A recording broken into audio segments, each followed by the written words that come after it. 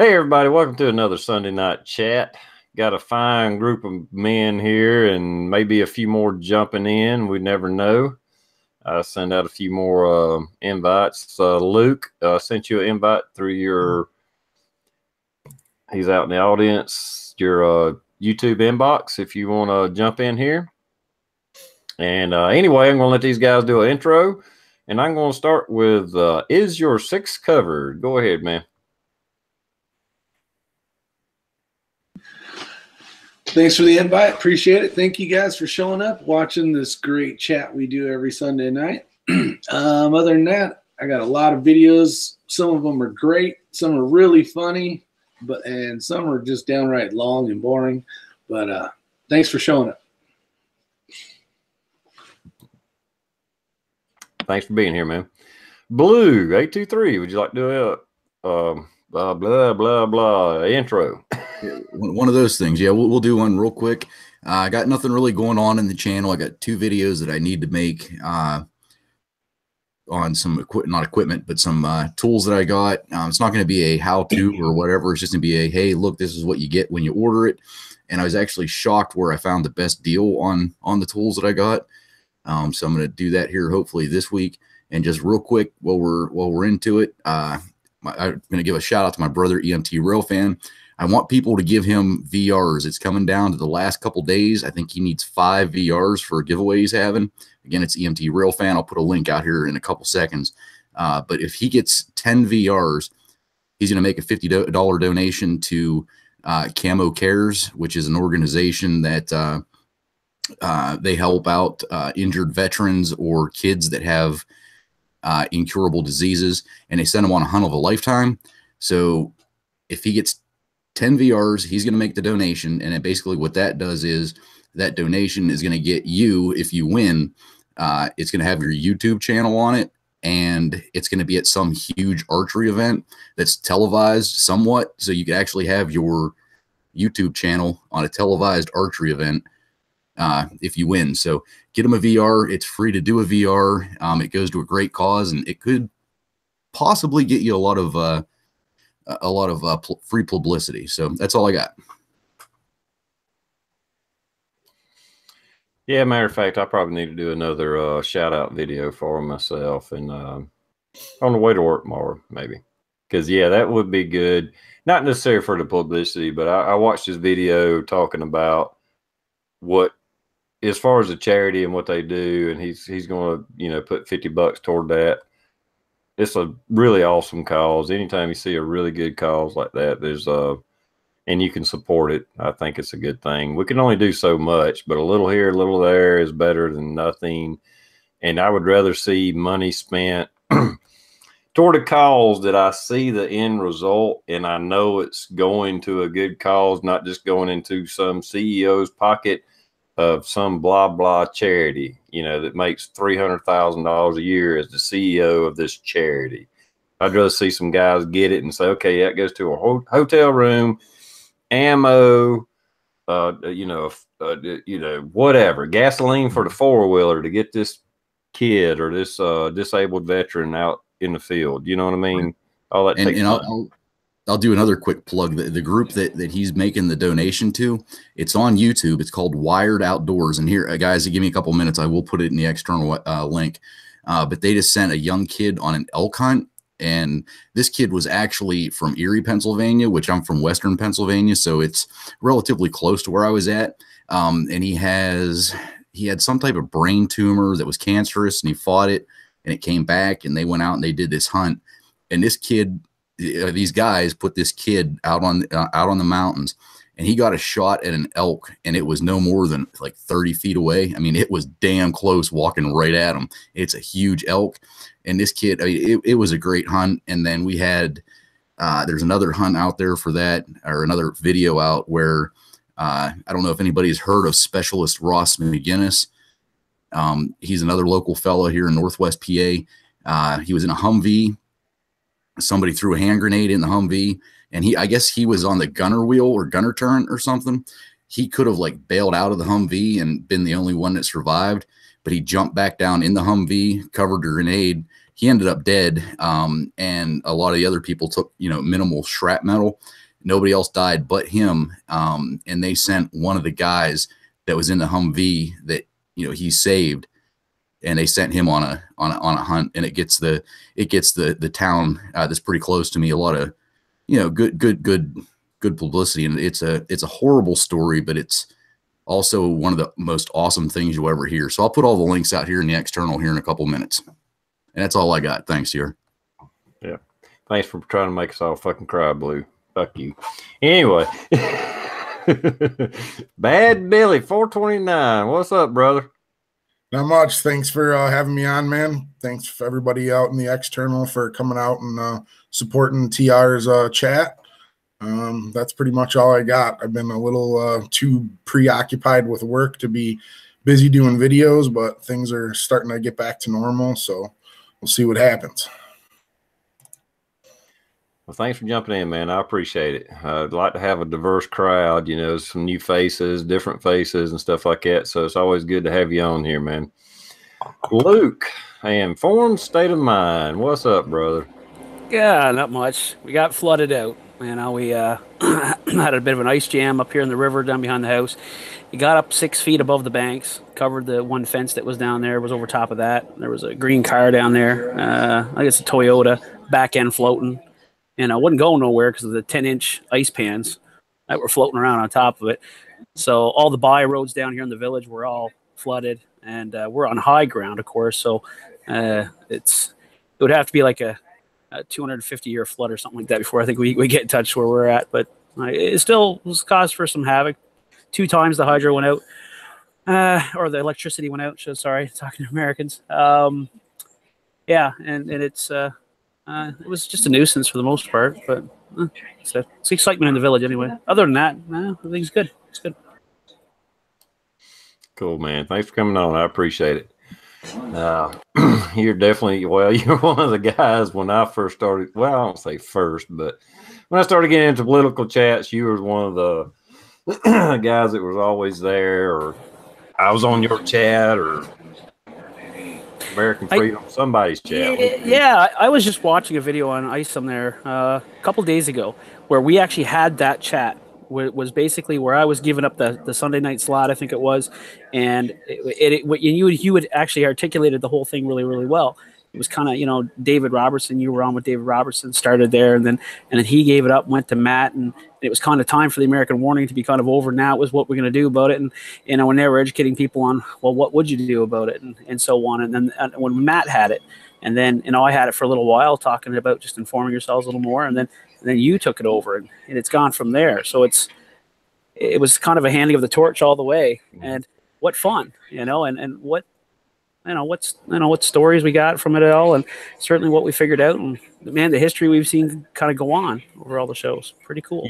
Yeah, I had to say, I hope I didn't let everybody down, because I took over the torch, and I was serious for a while there where we kept it serious. And after a few years, I finally had to just kind of lighten up, and it's like, okay, let's cover some serious stuff, and let's just bullshit around and have fun. Because you can only be serious for so long, for so hard. Either you go fucking crazy or you just become a madman, I think. Or at least that's the way it was for me. And this is like, let's just have fun. We'll cover some news and then we'll joke around, That was what you said too, just that day. We talked about it. It was how it's, after a while, it gets heavy. It gets heavy. And it's like, shit, we all know, and most of the people that watch, they know, and we talk about the current events to maybe get it, so at least we think we know, I suppose. But I don't know. Just watching the channels in the beginning, man. I remember 6 when he first started. He said, I'm never gonna get 10 videos or 10 subscribers. I gotta look at him now. He's got what, 500,000? I don't know, something like that. So, I'll tell you what, you've been a good supporter, Luke. Appreciate it. Well, I only wish I could do more. It's all changed a lot. I think as far as political, how I even probably got together with Johnny Dunn and Johnny Master at Arms Dunn and Resist to Tyranny, Matt, and all these guys. Actually, I think when I started getting serious is I like I said, things have changed a lot, but it was the old Green Dragon chats. Somehow I got tied in with that. No, I don't say tied in, but I was watching those and I was participating enough to get noticed, and then started getting invites, and it just took off. And that was, shoot, I don't know, several years ago. So, you know, full circle now, it ends up being a bullshit chat sometimes. It is what it is. You guys are busting me up because I've been doing a lot of live videos. Yeah, Rick gets a lot of subs because he does streams all day long. When I go live stream, I always lose a couple. It goes the opposite way. Too much. I don't know about that. I've seen a few on the group chats. They're like, give it 10 minutes. Rick will start a live chat. Yeah, man, when I'm off duty, I'm rolling. I want to hang out with you guys. I mean, why not? Yeah, man. It was good. I like that from that. Was you guys were in a motel room, right? Yeah, we're in. Okay, yeah. I had my lighting crew son in the back. He did a good job, actually. Oh, it was a good video. I watched it. Certainly, it was great. I mean, it was fun. Nice show and tell and such. It was good. It's good. Yeah, I brought some of the stuff out tonight. I'm telling you what, that freaking machete deal's badass. I called it. I'm like, it's got to be a machete. I seen that box and I thought, oh man, it's gonna be good. Yeah, that's cool. I priced it today. It's $100. It's 110 on $100 in Canada. Amazon.ca. Yeah, that's what it would cost me. Yeah, I think I paid like 82 or something like that. 79, 82, 83 bucks or something. That's what I thought I heard you say. Yeah. I'm gonna do some videos with that. We actually tried to find some watermelons today, but my son wants to do a video with like a fruit ninja kind of bullshit.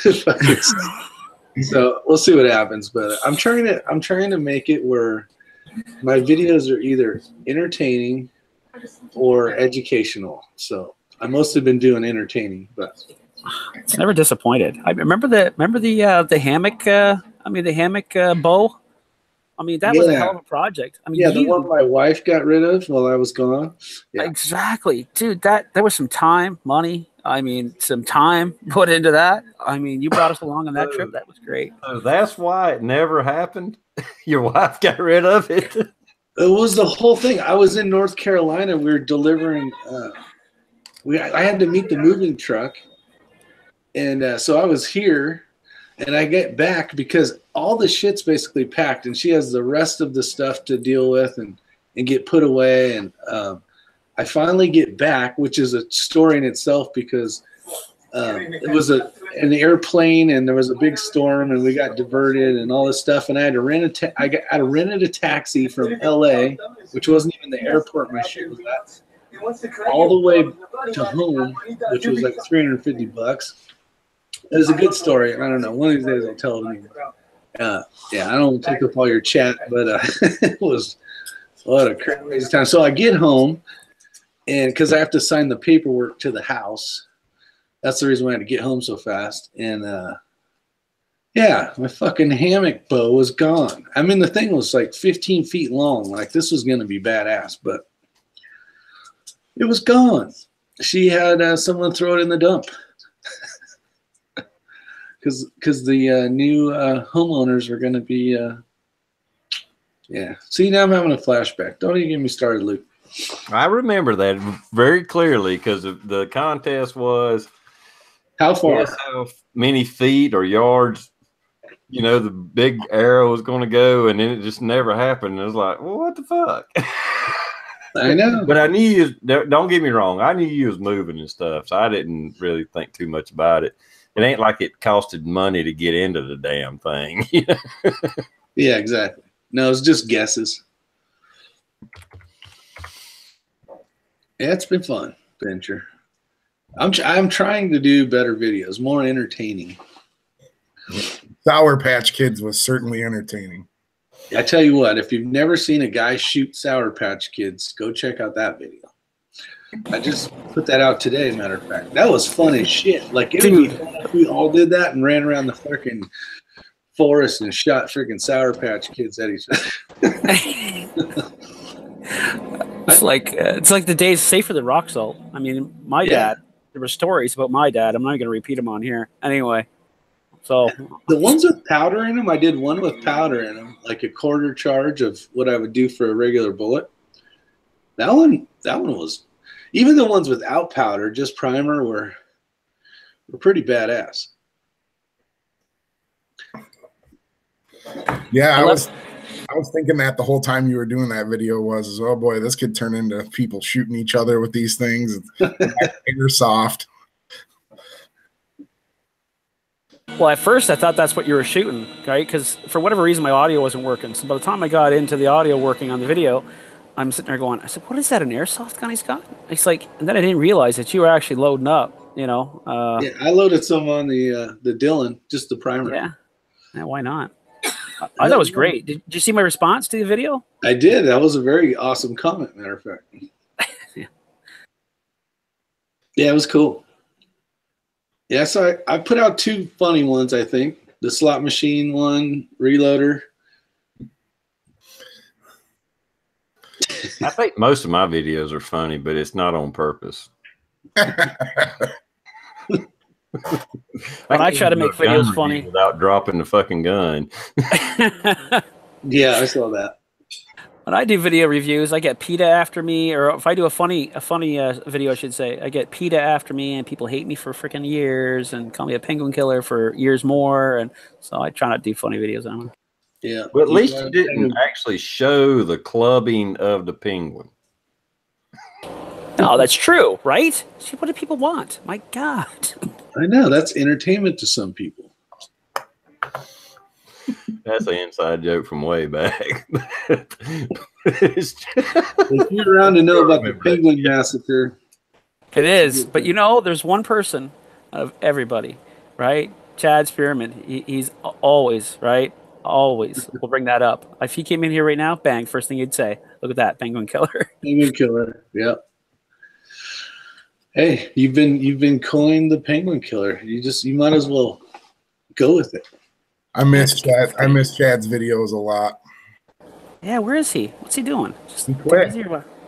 He's quit. Not doing YouTube yet. Wow, it happens. He does a lot of Instagram. Yeah, exactly. He went to the farm. I wish I could have made it there that in the spring or whatever, in the fall there to meet him, but hopefully it's another time. Yeah, and he disappeared the next day. Like, he took back off. I mean, nobody, I kind of felt bad as like, did we run? But he was on you're talking about Chad, right? Yeah. Yeah, he was, hunting that weekend.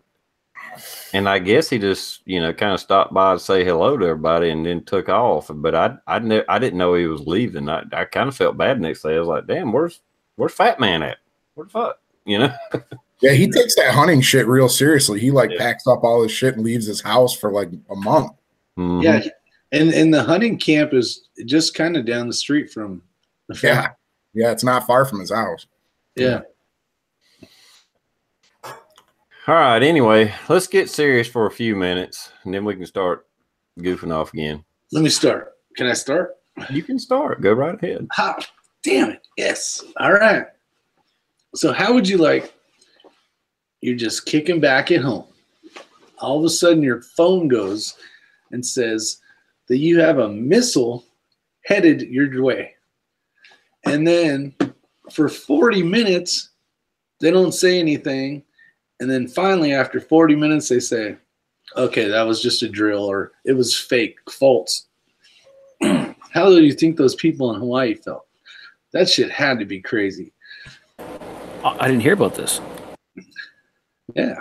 Mm-hmm. I was watching was that yesterday or the day prior? Hawaiian Reloading. Yeah, I actually saw it blipped up on my screen.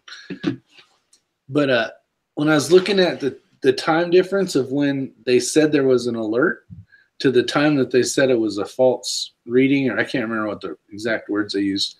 It was like 40 fucking minutes. Like, how would you like to feel like you're going to get bombed on an island? It's not like you can, drive somewhere for 40 minutes. And it's like, is it an island? Is it the island I'm on? Does it matter if it's any of them or all of them? Like, holy shit, 40 minutes? You know, one sense you could say, okay, well, I don't know, maybe not even in that sense. You could say, okay, great drill. You know what I mean? Now that I know that we weren't prepared for anything, but then how the fuck do you prepare for that? You know, it's like missiles coming, don't know where, don't know how. Even if you're in a shelter, I mean, my God, that gets hit, you'd be. This is the actual emergency alert that people got on their cell phone. I don't know if you guys have it set up for that, for like what's the big one with the missing kids, the Amber Alert stuff. But it's the same thing. It comes up in big red, and it comes up emergency alert, ballistic missile threat inbound to Hawaii. Seek immediate shelter. This is not a drill. Yeah. Holy it's an Amber Alert. Yeah, how would you like that? Oh, I wouldn't like that. All I could say, grab the nearest woman and say, hey, well, it's the end of the world, baby. No, that was fucked up. That would have been rowing. The last, I won't say the last news story, but the last one I seen, they said a guy accidentally hit a button. Yeah, the wrong button. Yeah, I mean, wouldn't you think that there would be a little bit more fail-safe than one button being hit by one finger by one guy? Wouldn't you think there'd be a little bit more fail-safe? Like I mean, I get the immediate threat that you need to be able to trigger that alarm quick, but you know, the guy trying to turn off his computer screen accidentally hits the wrong button or something. I mean, he's logging out and he hit the wrong button. I don't know how it happened. I don't know. I'm just saying, one guy with one finger hit the wrong button. I think there should be a little bit more to it than that. Well, yeah. Plus, wouldn't you think that there would be somebody that would say, somebody that worked for the organization, certainly, that's in charge of that would say, they get the same alert and go, what the hell? And go, Chris, what's going on? He'd be like, what do you mean what's going on? It's like, dude, alert's gone out from the office. He's like, what? What? No. Really? And they would check. You'd think that would happen in real life. I mean, really? Right? Right? It didn't happen. Apparently not. Or it took them that long to figure out how to fix it. Here's a real short story on how this happened. This is from the Washington Post, so you can take it how you want. Shortly after 8 a.m. local time Saturday morning, an employee at the Hawaii Emergency Management Agency settled in for the start of the shift. Among his duties that day was to initiate an internal test of the emergency missile warning system, essentially to practice sending the emergency alert and hit the wrong button. That's what I figured. It was probably a test that they were trying to go through. This is something they do every day, and someone screwed it up somehow. But again, Tiara's right. You'd think there'd be a little bit more to it than that. Oh, you meant that red button? Oh, man. You would think it would be like the same thing as having to launch the missile, like two people with two keys would have to turn the key. No, then we'd never get any alerts. Now, have you guys see? I have my phone set up to get alerts, and I think some of them are mandatory. You cannot shut them off. The only one that I've ever gotten is the Amber Alert. I've never gotten anything other than that. Of course, I live where I live, but the other one has to do with like a presidential order. I actually got one a few years ago, and it was some kind of government. I mean, it wasn't a warning that was going to war or whatever, but I got some kind of alert when Obama was president. I can't even remember what it was now because I was like, what the fuck is that? You know, bend over and grab your ankles. That's what they said. Like I say, I don't think it was a warning of imminent war or anything, but it was some kind of alert that popped up on my phone. I think I was able to go back and turn it off, but it was like, what? And it might have been when they first come out. There is some kind of alert system that they have implemented on, and it's I think it's on every carrier in case of emergency or whatever, and maybe they were testing it or something.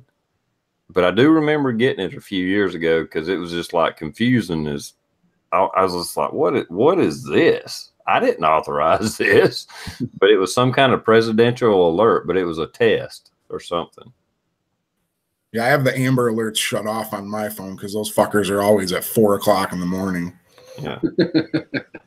Yeah. And I hate to say it, an Amber Alert, and I mean, I understand it. I get it. I mean, I don't want to get off subject here, but almost every time it's a father or a mother Kidnap like their that. kid. Yep, that's true.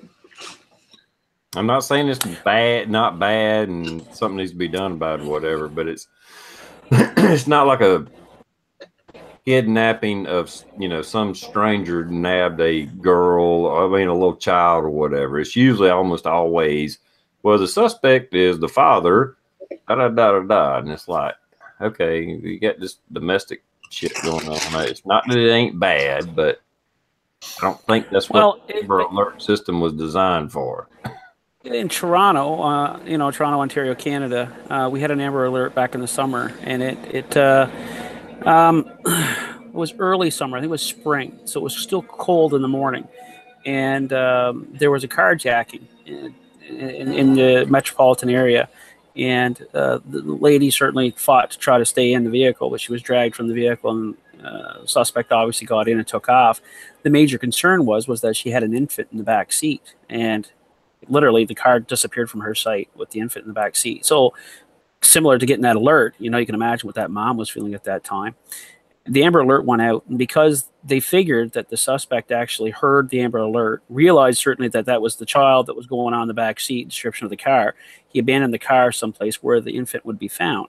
And certainly as a result of that, you know, that Amber Alert, it panned out. So there's, you know, there's obviously a good to it, no doubt about it. That's awesome, actually. Yeah. About time a system worked, right? Yeah, there's nothing wrong with it. I'm not downing it. I'm just saying, for the most part, that's what they usually are. Right. If you're on a farm somewhere and you plow fields and tend to animals, something like that, is it going to make much difference in your world? Probably not. You know, so I could see that being, you know, a good thing, right? Just shut that off. But the Hawaiian birth certificate off it. All right, here we go. Here's the big thing that's going on in the news right now. The fact that Haiti, Nicaragua, a lot of African nations, and for as far as I'm concerned, a lot of Arabic nations are shitholes. Yep. I don't get what's the big deal, because they're fucking shitholes. I don't know about any of you guys, but I've been to a few of them myself. They're fucking shitholes. I don't care if the president said it or not. Maybe it wasn't the right thing to say. Maybe it wasn't tactful. He denies it, so we really don't know what he said. But he was talking about the countries, not the people. And the left-wing media is really pissing me off trying to make this a racist thing. Yeah, finally we got a president that can call a spade a spade. I mean, there's communities in the county that I live in that are shitholes that I will not go to. I don't mean the people are bad. It's just that there's bad people in there, and the community itself is a shithole. And I don't think there's anything wrong. I know there is something wrong with the president saying that. It's just that the bias, how they flipped it around as being a racist thing, for him calling out countries as being downtrodden, you know, in despair, run down, crooked governments. It is what it is. You know, if it wasn't so bad, why are they coming here in droves? If their country is so great, why are they coming here in droves? I've watched many a video by different people. I watched one today from a guy from Nicaragua. Nigeria. Sorry, Nigeria. He's an immigrant here. He even said, Nigeria is a shithole. You know, you get a doctor's degree, you go to college, and you're lucky if you can find a job as a taxi driver. It's a shithole. We need to do something about it. We need to fix it. But it is what it is. It's a shithole. He didn't say, he was talking specifically about Trump. He said Trump didn't say anything that wasn't true. That's why we freaking voted his ass in. Samurai said it up there in the comment section a little while ago. We want Well, I want that. I want true patriotic feelings. That's not the right word to use, but like, say it as it is. Like, don't politically incorrectness is awesome. Like, I do not mind offending people if they, and it wasn't even people, it was a country. It's not racist to say that that country is a shithole. That's why we voted him in. I agree He does 100%. what he wants, and he's doing what he said. So, shithole. Fuck it. Yeah, I couldn't agree more. There goes 5 other subs. I'd like to see these same people that are bitching about him saying, you know, these areas were shitholes. I'd like to see them go to the areas that they represent that are quote unquote shitholes and drive through it without armed guards, without their caravan. Hey, you want to go through that area that's known to be a shithole? See what they say then, you know? Not drive. They got to walk by themselves without their armed guards. Oh no, I'd give them a car. I'd give them the option to take a car and try to drive through. I guarantee you, not a fucking one of them would do it. It's a shithole. I watched a video today, and this is the despair in Haiti. Okay, and I've seen this in Africa. I didn't realize they were doing it in Haiti as well. They literally make mud cakes or pies or whatever. Literally, it is mud, dirt, and water. If they get lucky, they put a little bit of vegetable oil in it. If they can find some flour or sugar, they'll try to put a little bit of that in there to fill their stomach. That is how much despair that country's in. They are literally eating dirt to fill their stomachs. And they were interviewing people, and that's what the mother said. It was something to put in their child's stomach to make it stop hurting. It was fucking dirt. That's how bad these countries are. Mm-hmm. Well, isn't Haiti that one country that's like 13 miles across at the widest part and like 6 miles apart, across at the littlest part, and the one congressman's afraid it's going to capsize if the population goes? Wasn't that Haiti? No, it was actually Guantanamo, Cuba. God damn it. Haiti's like one of the, I mean, it's just disaster after disaster after disaster. Yeah. I mean, it is. And again, you're right, TR. It's not the people that are, you know, they're not shitholes. They live in a shithole. They know they live in a shithole. This is why, like Six says, you know, they get the hell out of there.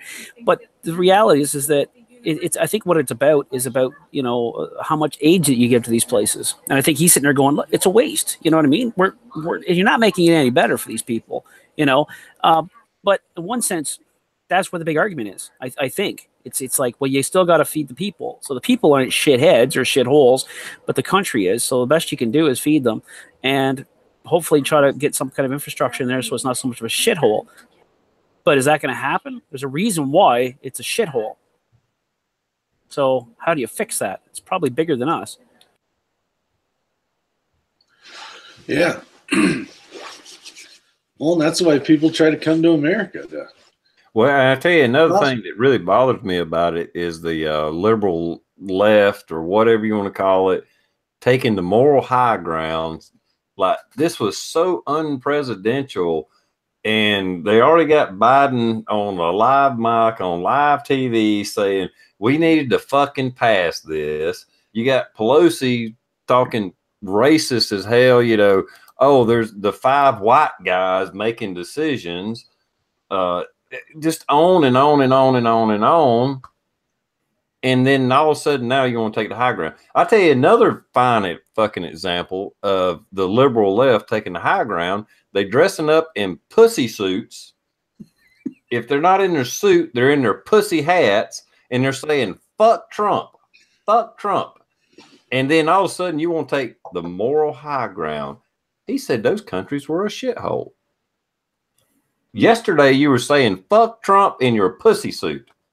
You going to have to back way the fuck up and reevaluate your fucking opinion of things. Because when you're in a pussy suit, a literal pussy suit, yelling "fuck Trump," and then all of a sudden you want to take the moral high ground, you ain't got a fucking foot to stand on. That's just my opinion. But yeah, that's looking at the broad picture, right? That's what you're supposed to do. That's what everybody's supposed to do, is look at both sides accurately, right? It's hard to do that, though. I mean, Google doesn't help. It just keeps you going down the same path as you always kind of keep thinking, right? If you don't look at all angles, you're going to come up with that kind of mindset. It's terrible. Good Lord. I mean, I hate to bring that up. Well, I really don't hate to bring it up. I mean, I'm just calling it like it is.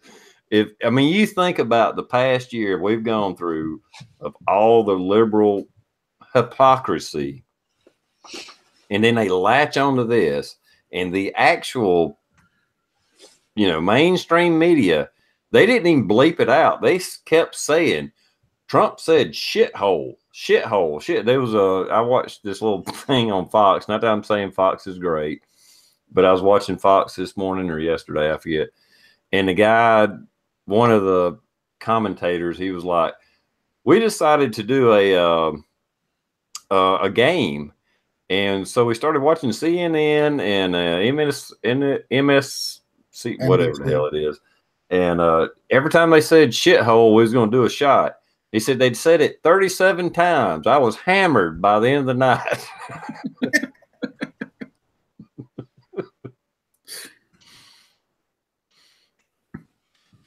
It's like it's the same thing with those same news agencies that you just spoke about. The Russian collusion.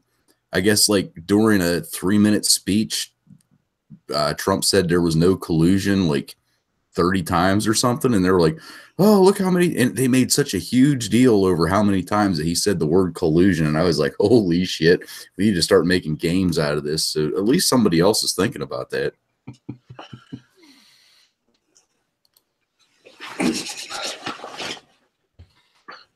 just think it's very, I don't know if ironic's even the right word. It's just hypocrisy.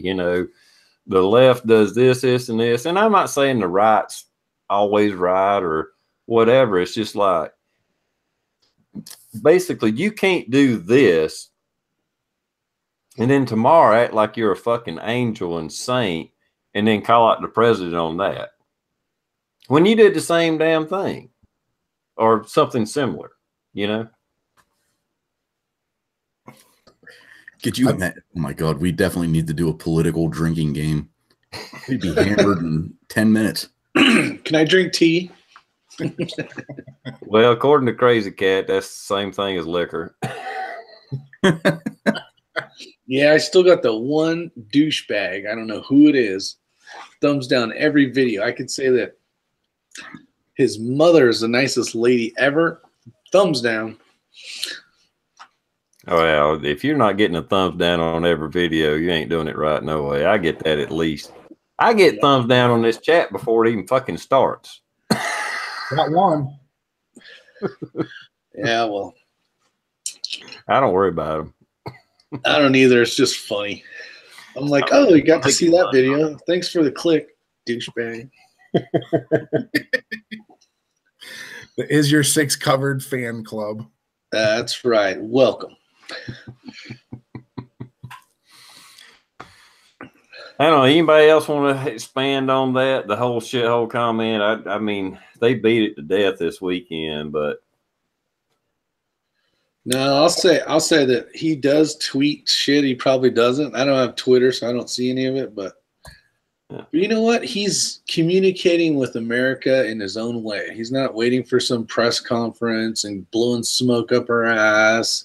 He's giving us his thoughts. Sometimes he shouldn't, but he's communicating with America more than any of the other presidents ever did. So. I heard that he was giving it through his lawyer. Like basically, the Twitter is actually handled through his lawyer. Is that right? I don't know. I read that. I don't know if that's quite correct. He needs to have a filter, so maybe that's his filter. But it sounds like the filter's broken. fucking. And he might say, "Is there anything wrong with saying it?" Well, no, but maybe it's distasteful. He goes, "I'm not worried about distasteful. I'm not worried about that. Okay, I'm not going to tell you 30 times. Okay, so is there anything wrong with it?" Well, no, Mr. President. All right, carry on. And he walks out of the room. You know, that kind of thing.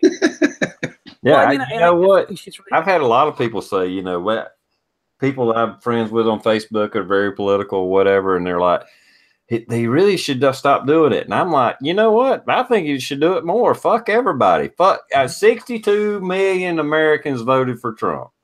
And I guarantee at least 60 million of those still support him. You know what? I read when I go to work tomorrow, I'll grab a newspaper. I don't really read the newspaper. I actually just get it for the crossword puzzles, but I will read the editorials and kind of, you know, scan through it. And even Greenville, South Carolina, which voted blue, we voted Trump. We voted blue. We've been not blue. Fuck, I done forgot now. Red. Which, whatever the fuck Republican is. Red. Like Red October. Yeah. Even though this is a Republican area, a conservative area, I shouldn't even say Republican, just conservative area. We voted conservative. They still, it's like liberal, and then they'll throw in one conservative story. Liberal. You know, I'm almost to the point where I'm going to write my own damn letters and start sending them in, see if they post those some bitches. Probably not, but anyway. I don't get it. It's like the left thinks that 90% of America hates Trump. And it's like, no, they don't. You know, he got elected. He won states he wasn't supposed to win because we're tired of your shit. You know, if we wanted to be like Seattle that just imposed a $1.75 an ounce tax on fucking sodas, you're right. We would be with you, but we're not that. It's like if you want to take a salt shaker and just turn it up and eat it all, we don't give a fuck. That's you. You do whatever the fuck you want. You know, if you want to drink Coca-Cola, if you whatever, I don't care. Just don't impose on me. Don't tread on me. That's the whole point of the conservative movement. Don't tread on me. You can do whatever fuck you want. But when your fucked up ideas infringe on my rights, then we have a problem. That's why we voted Trump in to start with. Okay, did I get off base? No. No, I was helping you out. I don't know if y'all heard about that, but it cost you like $15 to buy a Coke now in Seattle. Yeah, I saw somebody put like a 12 pack, like 12-ounce cans of Dr. Pepper was like 18 or $20. I was like, what the fuck? Why? That's like buying booze in fucking Canada. They put a tax on it. Captain Morgan's $65. They didn't mess with sweet tea, did they? Yeah. If it's got sugar in it, it did. Are you fucking kidding me? No, I'm not fucking kidding you. Look it up. What is it? A syntax? Yeah. Sugar tax? Yeah. Oh, shit. I figured as much. Isn't that something? Holy shit. You'll get a whole bunch of it, like hijack a Pepsi truck or some shit coming in and then dump it all into the local creek. What if you get tea like Billy does and he don't get the sugar in it? Does he have to pay tax? Well, he's probably got aspartame. It's still bad for you. They're going to take No, it's the unsweetened sugar has nothing in it. Oh, really? Okay. So here's my question then. Did they put the sin tax on? Okay, up here in Canada, or better still, in Ontario, where I'm at, the province, just above Cleveland there on the other side of the lake, well, I can understand a sin tax. And I'll tell you why after I ask this question. Where they propose that those $18 packs of freaking soda pop, what do they pay? They have obviously state run healthcare, right? The state pays for the healthcare. I'm assuming the state pays for the healthcare, right? Well, no. The states aren't. The only thing the states give the people is welfare. Oh, yeah, most other people have like their own health care through work, or they pay for it themselves. Okay, no, I understand that. This place that has that, which place was that again? Seattle, If isn't I'm it? not mistaken, Seattle, Seattle. Okay, so it's not the entire state. It's just inside Seattle. So the question would be then, is Seattle, the city of Seattle, does it actually pay for the health care? And the reason I say that is, and we can understand why. And even here, they can impose a seatbelt, right, in Ontario to say seatbelts are mandatory. I could understand that because if you become a paraplegic or something of that nature, the province is going to take care of you for the rest of your life. Your health care, everything, right? Everything you need, pretty much. So even a sin tax, I could understand it. If you smoke, there'd be a huge tax on that because most likely you're going to be a burden to the system as a result of that smoking, as the stats go, or at least what they tell us. So I could understand that. But if you don't pay for I'm paying for my health care, and yet you're going to put a tax on what I eat, you can sit on this rotate, folks, because that ain't happening. So that's ridiculous. That's good. Because your politics are working for you. This means everybody's going to order their food and their drinks on Amazon and have it delivered. Yeah, right. I'll figure that out too. Trust me. Yeah, it's just liberalism gone amok. That's what it is. Yeah, but that's it. Slowly but surely, that slow boil. They add little things, and your normalcy bias just grows along with it. Before you know it, you go, what Constitution? What were we talking about? And I want to bring up a point here, and Luke knows this because he's been in these chats for years, probably before me. But anyway, I know for the most part, we're preaching to the choir when we're talking about these things. Hopefully, and this is just hopefully, maybe this is why people come and watch these. Hopefully we can give you some information and ammunition when you do encounter or you do want to post something on Facebook or Google or Pinterest or whatever else social media it is out there, that you might hit somebody else. I know right now we're preaching to the choir. I'm watching the external out there. And so we're not teaching anybody shit right now for the most part, but maybe we can give you some information, give you a spark of interest to look up. Not always do we explain. I don't know where I'm going with this. I just want to interject this because I've been doing this for a while, and this is something on my mind, because I know sometimes these chats don't seem to be going anywhere because we're just talking to the choir. But hopefully we give you something to research and do a little groundwork on your own. And so when you do run into somebody, you have some information to go by, a little bit of ammunition, if you guys agree with that. I don't know. Oh, I agree with it 100%. It is. The reality is that that's all we're going to do, really, is reaffirm what we already know to some degree, or at least add to it. And sometimes it's actually we'll maybe switch our mind because, half the panel will know something, right? The other panel agrees with that, but there's one person that kind of goes, geez, when I read that story, I didn't really agree with it. But now that we've talked it out for the last, 15 minutes or whatever, I kind of see your point. So, yeah, I digress now on my point. And I've done that, I don't know, so many times in the 5 years or whatever that I've been doing these things. So, yeah, I get it, And that, to me, it's kind of a way to feel good about my night, to say I can bitch about it a little bit with some people that agree with me.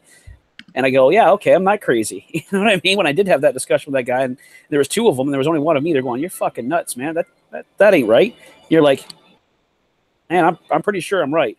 And you come back into one of these chats, and you go, I mentioned this to a couple people, and you get some, reaffirmation certainly on what you're talking about. So that's the benefit I see in it for sure. Well, Yeah, it's good. Start renaming the chats to the liberal leftist chat. See if we get some unlike-minded individuals in here. Oh, let's do that. Let's do that Sunday or next Tuesday. It would be better is if you could get somebody with the opposite opinion of us, who's actually would stick around for the whole chat, not get butthurt, not get stupid out of control. That would be an amazing chat. I tried to do awesome. I tried to do that when the whole Russian-Ukraine thing was going on. I sent out, 30 different invites to people who actually lived over there to see if I could get them in, to get a true story. So is RT right? Is CNN right? What do you say? You live right on the border. I tried desperately, and I couldn't get any snags. You know, a big spiel that I put out to them and everything. I just couldn't get nothing. Yeah, that would be pretty awesome.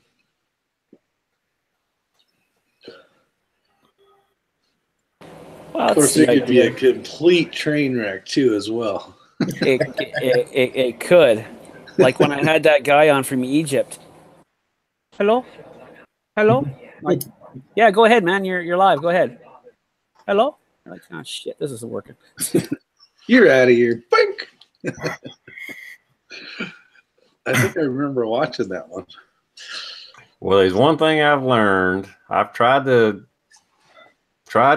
you know, pass along a little knowledge to some of my fellow YouTubers about not leaving a link in the description.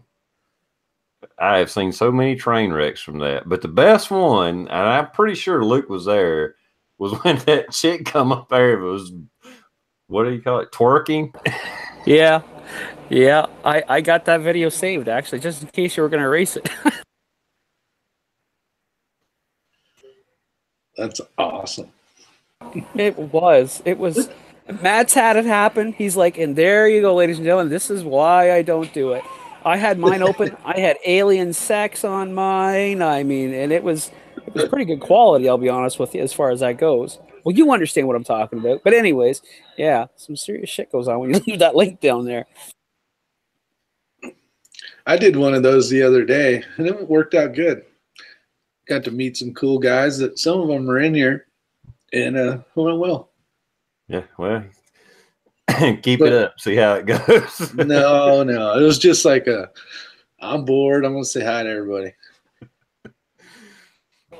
I think the way to go is to put it in the actual side chat, and you know, you folks, you know, and after a while, you can say to people, you know, you folks know where to pick up the link, and they can go back up to the top of it and grab it. Would that work? I don't know. Maybe it would work. I think that's only if they've been in the chat for a while.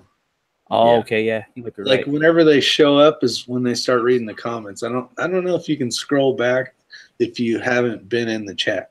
You can't. Oh, okay. All right. Yeah. Well, you used to not be able to. I don't know now. I hadn't tried it, so I don't know. Yeah. The other way to do it is if you had another page, a Facebook page. You know what I mean? You could say, you know, well, you know where I'll get the link, and then people go over. But somebody's bound to say, where do you get the link? You get it on his Facebook page. Before you know it, you got all the gamers in here screwing around or whatever. Those guys are slick as shit on the computer, so it gets. Oh yeah. It's crazy what people can do on the computers. One of my favorite things to watch on YouTube is you know how they call and say basically that you didn't pay your taxes and you owe $6,000 and shit. Well, there's the people that call those people already knowing all the stuff. So they'll get into their computer like they're supposed to. The guys that fix the stuff, that's what it is. They fix the computers. And then these hackers come in and just do their, whatever they do, their magic trick. And it takes every one of their phone lines down, starts calling all of them with this computer thing that they got going, and just ruins their shit. It's awesome. That is good. I came across one, and I actually recorded it, and I was going to put it on a show once, and they were telling me it was a Windows technician. He said, you know, there's a virus in the computer. And I said, okay. So I went ahead, and finally up to the point where I would never let him get access to it, but I kept him on the phone for 45 minutes, and at the very end, he's like, let me tell you, Mr. Banter. He says, we have it all figured out. He says, I'm going to take your money and everyone else's money. It's only a matter of time, Mr. Banter. You know, and I'm like, all right, whatever. He was a dick. He was a dick at the end. He really was, genuinely. But yeah. Yeah, I like when those scam artists get scammed back. That does nothing but put smiles on my face. Right on. I was going off on one of those IRS calls at work the other day, just telling this guy to go get fucked every which way but Sunday. Normally, they'll play back at the end when they get frustrated. They'll sit there and tell you to go F yourself and everything else at the end. I mean, I've had it usually. And they say, why would you waste my time like that? And I'm like, just that, man. It's 45 minutes of time you can't go and rip somebody else off. It's the best I can do. You know, it's the best I can do. Call me back, would you? I appreciate it. Click. Exactly. Shit. The best part is they pretend they're IRS, but then you have to go to some place and get like Amazon card or Apple cards or whatever, and then put money on it. We're like, yeah, I'm at the store. Okay. Okay, now what do I do? Oh, okay. Okay, I got the cards. I just want to let Billy know we can't say fuck on this chat. It's, you know, they'll probably flag this if you say fuck. So try not to say fuck too much. Blue, don't you agree? You can't say fuck on the chat. No, absolutely fucking not. You start saying fuck a whole bunch, they'll fuck you up. just so you know, Rick, do you agree? You can't say fuck. That's fucking ridiculous, really.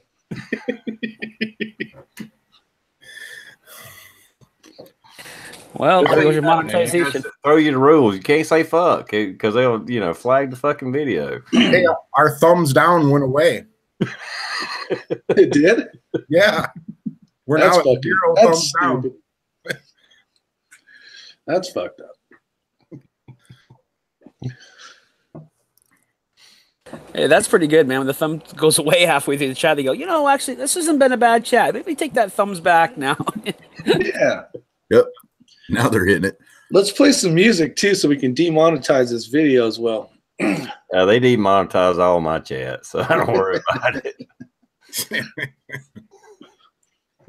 Now we're up to 3 thumbs downs. Perfect. All right. Time for a nipple shot. Where's your Doritos? Yeah, no shit. Exactly.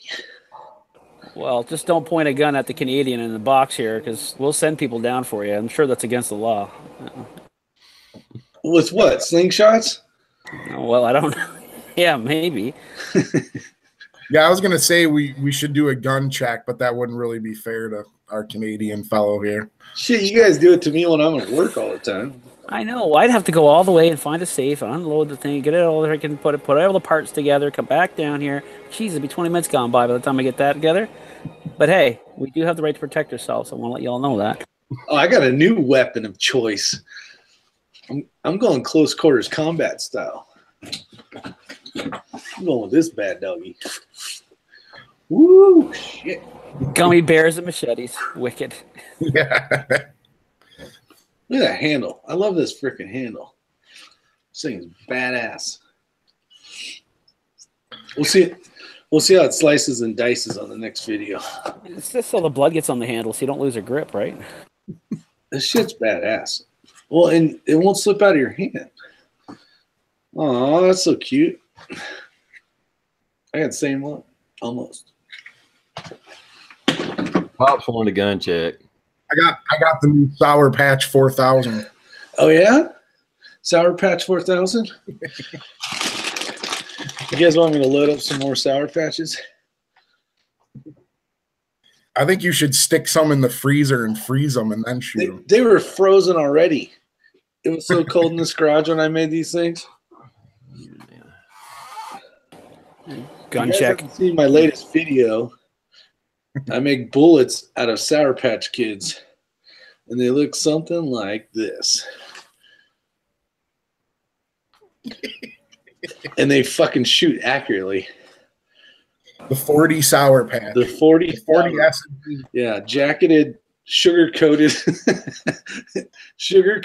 fucking bullet. All right, Rick, the next thing you need to do is you need to make some of the ballistic gelatin and shoot that shit into it and see the penetration. The penetration.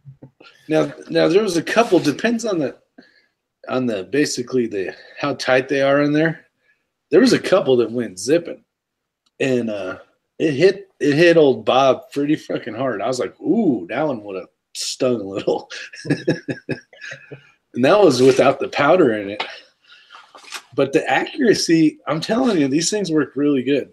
And when they impact, especially on that clear glass stuff, that poly, whatever the shit's called, man, just you could hear it in the garage, just like fucking shrapnel, like tiny little pieces of Sour Patch Kids flying all over the place.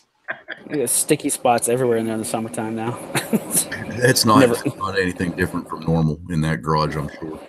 Yeah, right on. Here's the thing. Now, because it's 6 year on to this, I've seen you get really committed to projects. I mean, I know you can get carried away with these gummy rounds. Gummy rounds, not dummy rounds, gummy rounds. Yeah, the gummy bear, you think? Yeah. I think a gummy bear has been done before, but there's some other candy out there. Maybe you guys can give me some ideas. Somebody said something about, can't remember what the candy was called. It's the little gumdrop round one. Tell what it was called. Oh, you're talking about Swedish berries? No, not the Swedish fish ones. They're round. They almost look like a bullet actually, but they're bigger. Oh yeah, a jube. Like a jube. Jelly beans work better. Dots Hey, or Pops, Pops Quest. Let's do a contest at 5 yards, accuracy, jelly beans versus whatever I come up with. We'll see what works. Jelly beans will probably work really good. What are those candies that are like the hard not it's not hard candy. Good and plenties. It's got a piece of licorice through the middle of it. Good and plenties. I'm doing good and plenties. This shit's going down. I told you. I told you this was gonna. Oh man! Well, Bald and Curious did the Skittles with a shotgun at the last event. Yeah, really? We're going. I actually enjoy eating good and plenty, so I'm gonna do good and plenties for sure. Yeah, in order to do dots, you would have to have some big cases, like 10 millimeters or something. Yeah, that'd be cool. I was going to say, Rick, I'll call your machete and raise you a samurai sword. Katana. How about that? Yeah, you beat me on length. I might have you on girth, though. Probably not, actually. No, this is a good southern tool for cutting briar bushes.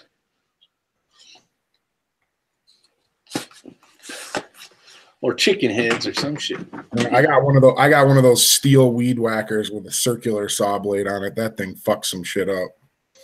Yeah, those were good. They'll start fires in California though, so don't go playing with those in the dry shit.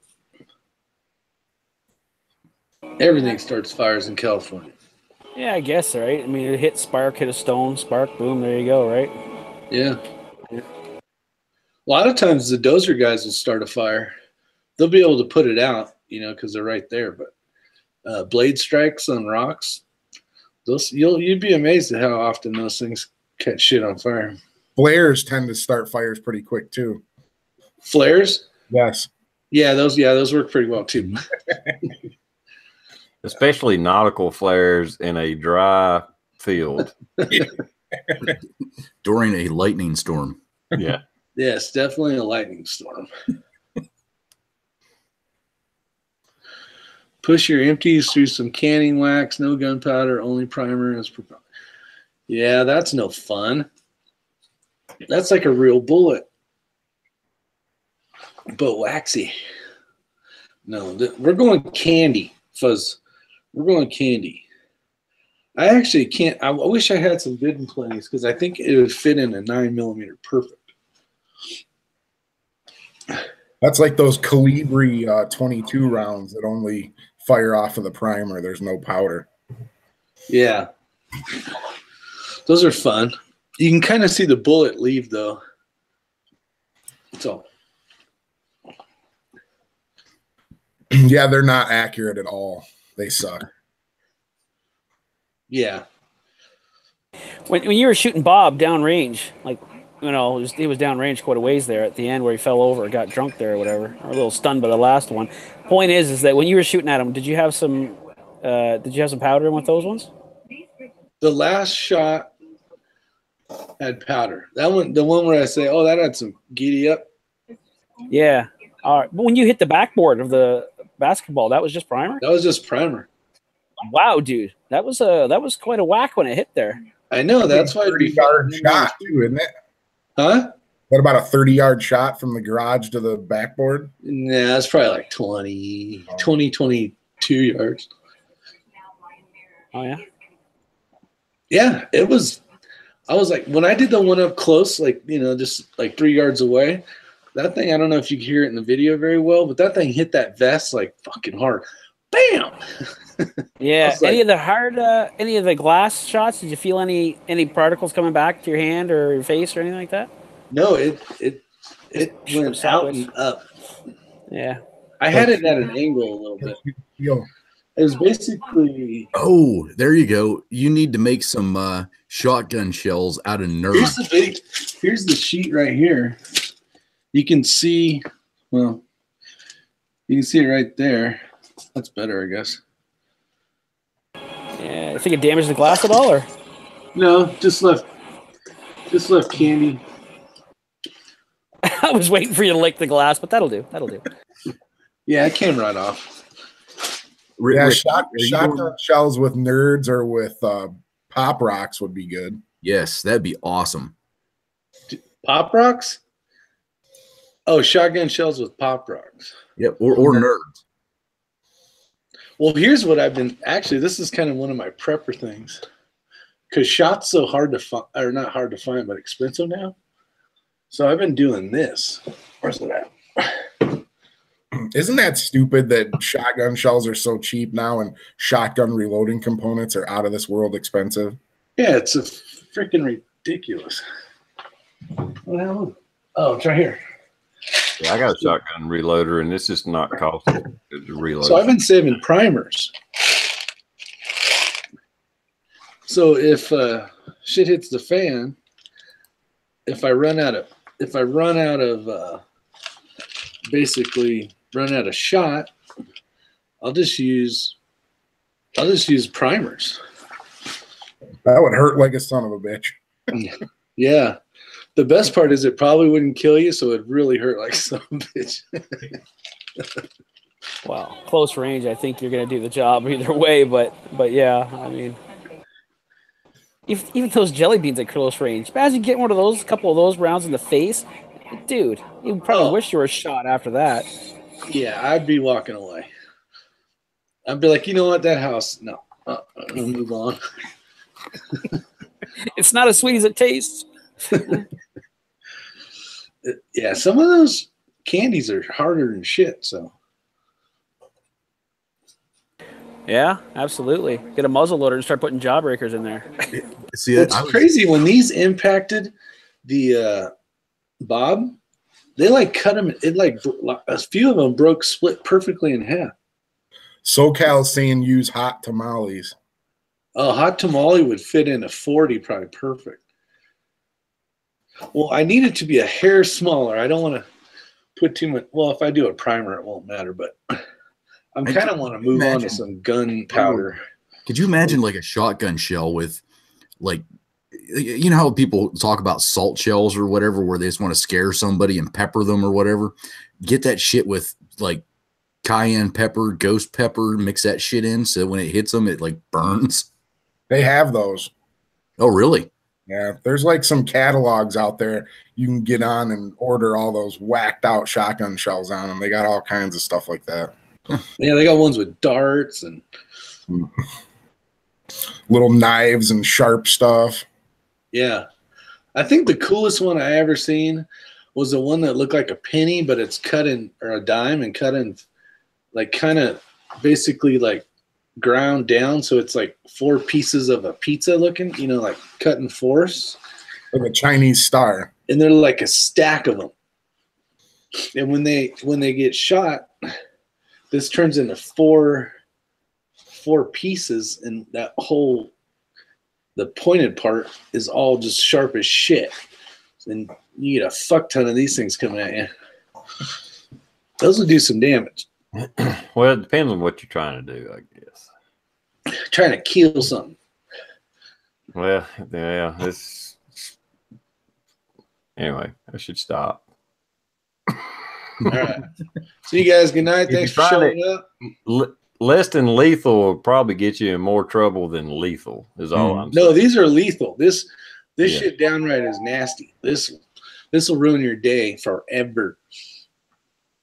Well, hell, field load in the gut at 20 yards will fucking put a man in the morgue. So what more do you need? Yeah. Oh, WTF has salt that's infused with ghost pepper oil. That would make you want to call mama for sure. Yeah, the salt loads are for the kids fucking with your whatever. You know, you're just trying to run them off. Yeah, those They're are banned in actually Canada. a threat. You know, I'm just saying. You used to do it in Canada, and you get away with it too. I mean, you know, law enforcement won't really bother you. Now it's in the criminal code, and you can't use that.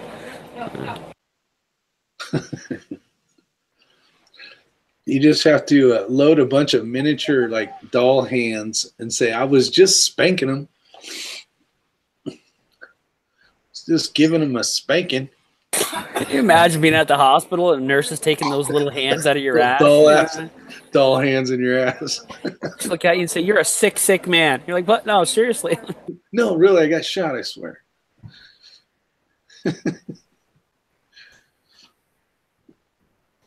I'll be right back. 2 in the chest, 1 in the head. That's all I can say.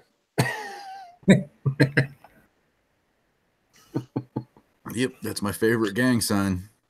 I remember that.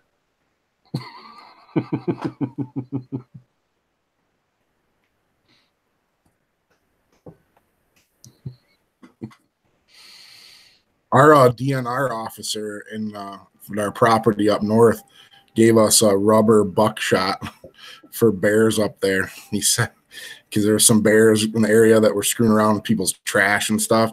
He said it works. Says it works real good. He said it makes them take off running like a son of a bitch. See, now I'm all about protecting animals that are endangered and that other stuff. Before I say what animal, if you guys lived on a farm and you had a certain animal, don't care what it is, taking your livestock, your lambs, your baby lambs, and that type of stuff, does your state have any protective laws against certain animals doing that, or is it you have the right to defend your livestock no matter what? South Carolina, you can take them down. The only thing that there may be some gray area on is like birds, federally protected birds like a hawk.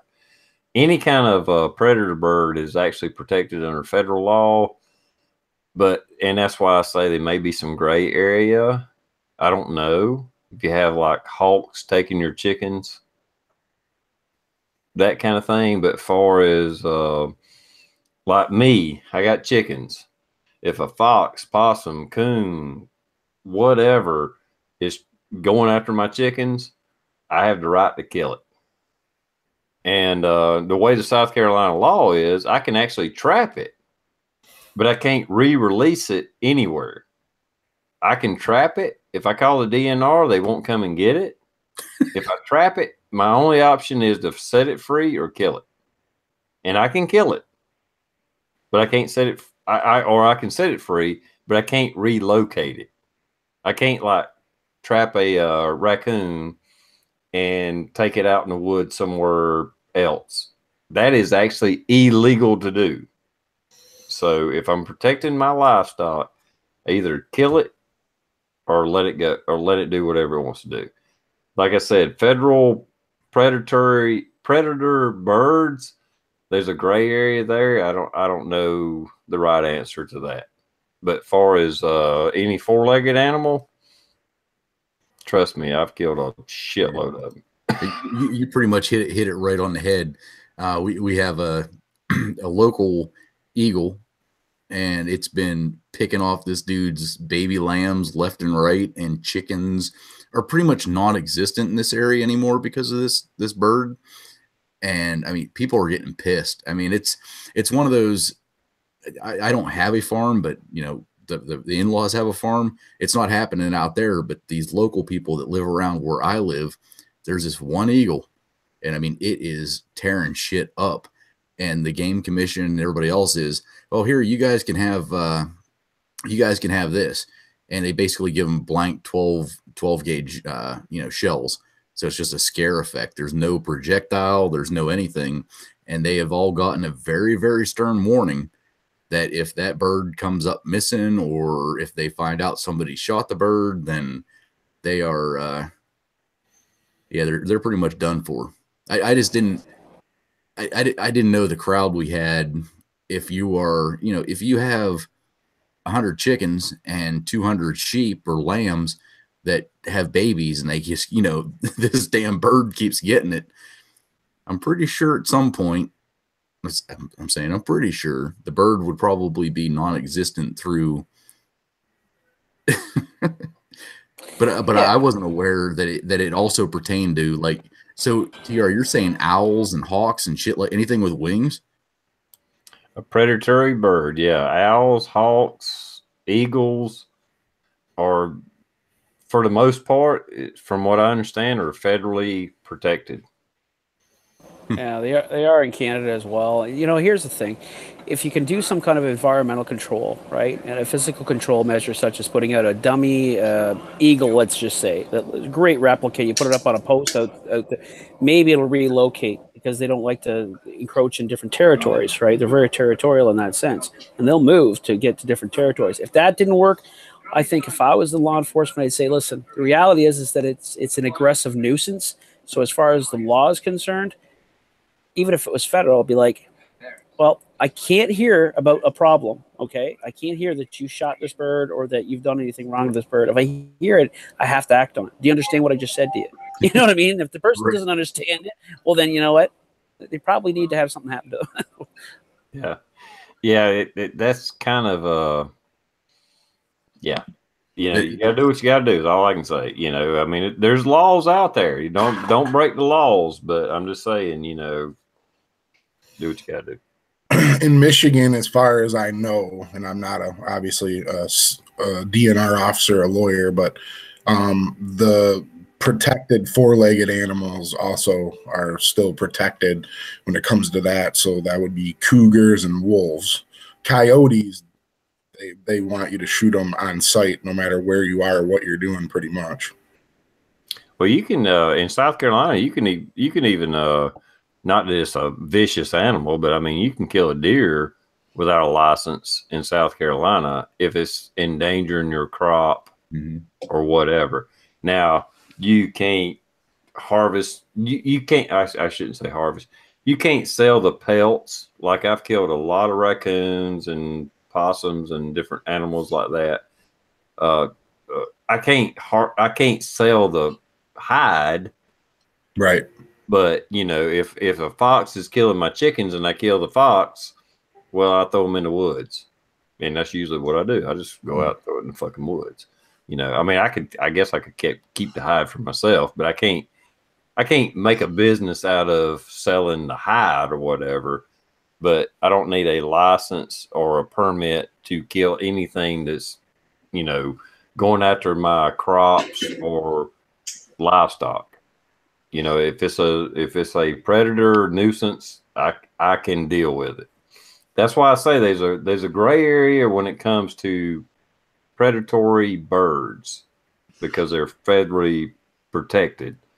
And as far as South Carolina, if a cougar was in my yard, they deny that they even exist in South Carolina. So I don't think there's any laws on that. I know there's cougars up here. They exist here too, but trail cameras have caught a few of them in the past few years. Mm-hmm. Yeah, I did a video a few years ago where you seen the tracks going up my driveway, and it's like, holy shit, what the fuck kind of cat is this? It was like 4 inches by 3.5. It's like, that ain't no bobcat. But if you call the DNR, they'll tell you there's no cougars in South Carolina. Yeah, they're all saying that. It took up until maybe a year ago or a year and a half ago where Pennsylvania, like up in the northwestern part, finally admitted that, yes, we have bobcats. It's like, Christ, we've been seeing them for a fucking decade. And I know you're finally saying that, oh yeah, well, we do have proof that they are out there in the wild. It's like, people have been seeing them for a decade, dicks. I mean, that's the same thing with the coyotes up here. The coyotes were non-existent until the Game Commission introduced them. And now all of a sudden it's, oh, we have too many coyotes, kill them. Yeah, same thing in South Carolina. They denied that we had coyotes. Now it's open season. If you see a coyote, you kill it. We get bounties up here maybe every 7 to 8 years. There's a cycle, right? And it usually goes with the rabbits. It's a different wave, right? You know what I'm under, exactly, supply and demand, right? So every 8 years it seems to be the cycle for the coyotes, and they end up having a bounty on them. Usually it's $35, $45 a pelt or whatever the case is. And I just checked the harass and capture and kill laws here.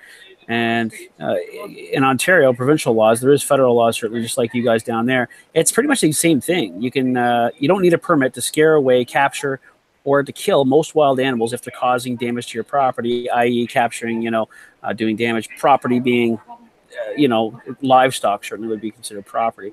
But you can't carry it away, right? You got to get a wildlife agent to carry it away. So it's, just the exact same thing, right? It's interesting. We'll be there in a week or so. Yeah, when it comes to coyotes, I try to just gut shoot them and hope they go die somewhere. Well, I mean, like I said, one of my neighbors' yards. Well, just like Blue was saying, I mean, they did the same thing in South Carolina. And I'm not a big hunter, but they denied. No, we don't have coyotes. We don't have coyotes. And then all of a sudden, there's such a nuisance now that they literally have a open season on coyotes. If you see a coyote, shoot it. Yep. Don't tag it. Don't skin it. Don't do nothing. Just fucking drop it and run away. Yeah. Now, do you guys see, now we were talking about like a basically a bounty on these wild animals' heads. In PA, we haven't had the problem with wild boar or whatever you want to call them. I don't want to say wild pig because I don't want anybody to think I'm talking about myself, but feral swine. Yeah, feral swine. There we go. There's like, I've heard that there's farms in Texas that will pay people to come in and, $10 a head or, $20 a head, whatever. They'll pay, these big ass ranches will pay people to come in to kill all the pigs they can. Is that something? It's totally true. All right. There's an open season on them in Michigan too. It's the same thing as coyotes pretty much. It's shoot on sight as long as you're shooting in a safe direction. You guys have pig up in Michigan? Yep. Wow. We must have been lucky. Well, so far we're lucky here. Guess the only thing that stops them from getting into over to Ontario, because we rub shoulders, except we've got a pretty big canal that goes between the two of us, at least a canal, at the narrowest point. So I guess that's the reason why they don't get over here. In the lower part of South Carolina, they wild boar is a big problem, and farmers will they'll just like, yeah, please come kill all the hogs you want because they're tearing down their crops. We got an open bounty on groundhogs, right? Because they get under and undermine railway tracks. It's a real bad problem. Railways will pay people to come and do that. Also, there's a little bit of an issue when you're inside a city limit because it doesn't matter who you are, you're still not going to be able to discharge the firearm on federal property. But farmers, most will take care of themselves. But I've heard that there's some farmers got such a problem that they'll actually pay you to come out and kill the groundhogs. Tractors, getting all messed up as well. Yeah, cattle break their legs. Mm-hmm. See, that's the hunt I want to do. I want to go blast the shit out of a bunch of groundhogs. I grew up on that. that. I could do that all day long for like a week and be just as excited that the last day is the first day. Come on out to PA, Rick. We got fucking groundhogs everywhere. Yeah. Yeah, I just want to sit there with a 22 250 and blast them in a couple 100 yards and watch that's them when fly. that's when it's fun. All right. Well, I'm waiting for an invite. You need to go down to Texas and go prairie dog hunting. Yeah, that's what I want. I want to just shoot freaking prairie dogs and groundhogs. And 22-250 is a badass toy. I love it. I have one, and it is. I shot a squirrel headshot at 50 yards with this thing, and I can't even explain to you the damage it did without making people throw up. 4,000 feet per second is no joke. I was like, this is one badass round.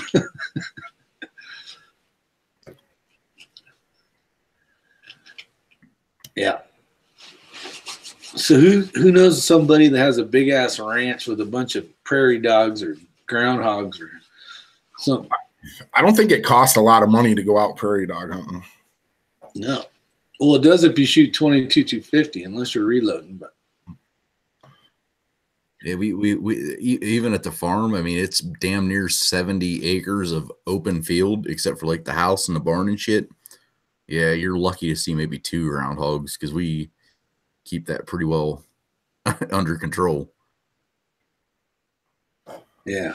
Yeah, I just want to go park at a field, sit in a chair, a little bench, drink a couple cocktails of some sort, maybe one of these bad doggies right here, and blast the living shit out of them. And Rick, if you get the chance to do this, and I'm saying this dead serious, from where you're going to sit at, take a couple GoPros or whatever you have, find a couple actual groundhog holes and set that shit up right next to the groundhog hole, pointing at it. You're going to get some of the wickedest video ever. Because they'll stick their bodies up and boom, and then move the GoPro. Give it 10 minutes, they'll stick their bodies up, boom. It'll also make a good video when you shoot the GoPro with a 22-250. Get a lot of hits.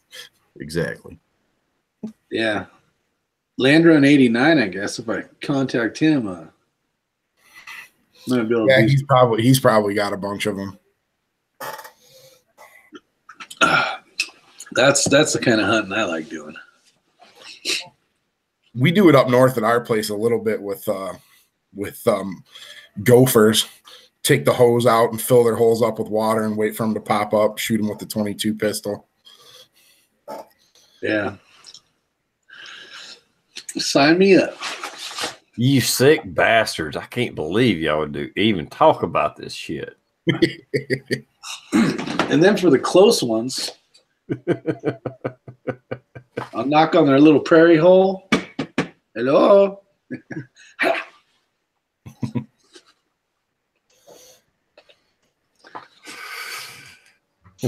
Then you can go out and get a couple sticks and beat them into the ground and get some worms.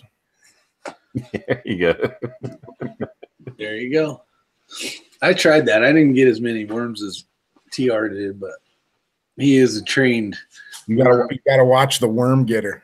The worm getter. Yeah, the worm getter. He's a master. Hell, I'm an amateur. I watched some of that guy's videos, man. He is a hillbilly redneck motherfucker. Yeah, whatever works. But if the ground is moist, that shit works. Now, where do those fuckers go when it's frozen? Because my ground right now is hard as a rock. Yeah. Right now, I wouldn't even try it, but they go south. Well, and to be honest, right now, I wouldn't be fishing anyway. It's too damn cold. It's too damn cold. You guys could be ice fishing right now for the first time in years. Yeah, screw that shit. It didn't get quite. It got cold. It got into single digits, but it still wasn't cold enough to go ice fishing. I mean, the little lake, that girl I'm seeing, Sonia, her lake was froze over, but it ain't like you could walk on it. You know, ice fishing up here is like, it's just insane.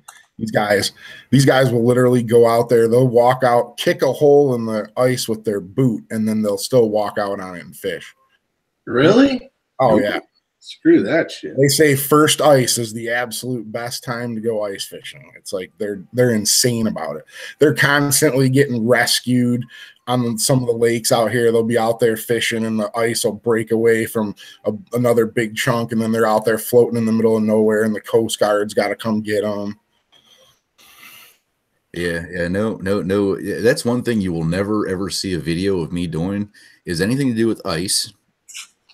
And well, I like fishing, but no, these assholes that drive their goddamn cars out on this ice, it's like, oh, the ice is 4 inches thick. We're good to go. We can drive the car out on it. And then the next video you see of them going, oh shit, I shouldn't have drove my car out here. This was a thing that slowly sinks into whatever fucking lake they're on.